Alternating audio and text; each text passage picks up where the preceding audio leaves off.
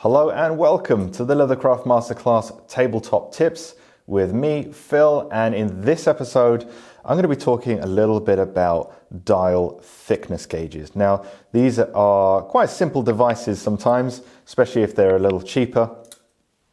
This isn't a dial thickness gauge, this has a sliding scale. This is about as rudimentary as it gets, very simple. They're actually very handy to have in your top pocket if you wear overalls. This is just over 2 millimeters thick, and it's just going to give me a general idea of the thickness of a piece of leather. Now moving on to one of these, which is an unbranded Chinese made thickness gauge. Most of these are available on eBay, Amazon, AliExpress. They're okay, just don't drop them. They're relatively accurate, to be honest, and very easy to use. They show you the thickness on close. So they start with the needle off the zero, as you can see, and when they're completely closed at zero, it should be right on there. The needle should be on zero dial.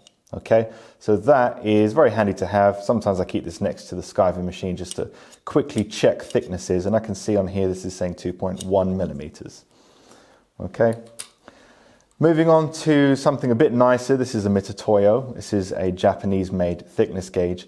You don't have to have the biggest throat. Now, you might have seen some of them where the throat comes all the way out into a loop and then comes back in.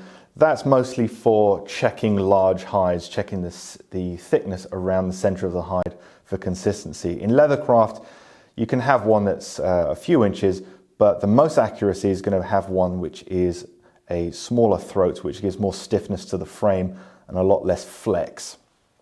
So checking the thickness on this, I can see this is in fact about 2.3 to 2.4.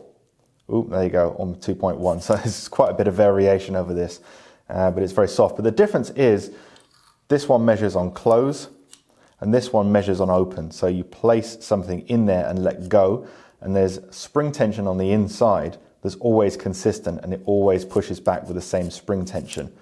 Whereas this is a little bit more variable, because if I put a little bit of light pressure on there, I can see this is, let's put that back in there, at 2.5, 2.2, 2, and if I press firm enough, I can get it down to 1.8 millimeters. So it depends on the tension that I add with my finger, which is obviously variable. So these ones are going to be a lot more accurate, but they're also a lot more expensive. But even for those who are beginners, something like this, or even something like this, just to check your work, because 1 millimeter of thickness in leather can make a tremendous amount of difference to your leather goods, how they form, how they handle, how they work, and how they get used as well. So that's today's tip. Get yourself some dial thickness gauges, start with the basic and work your way up as your budget allows. Thanks for watching. See you in the next episode.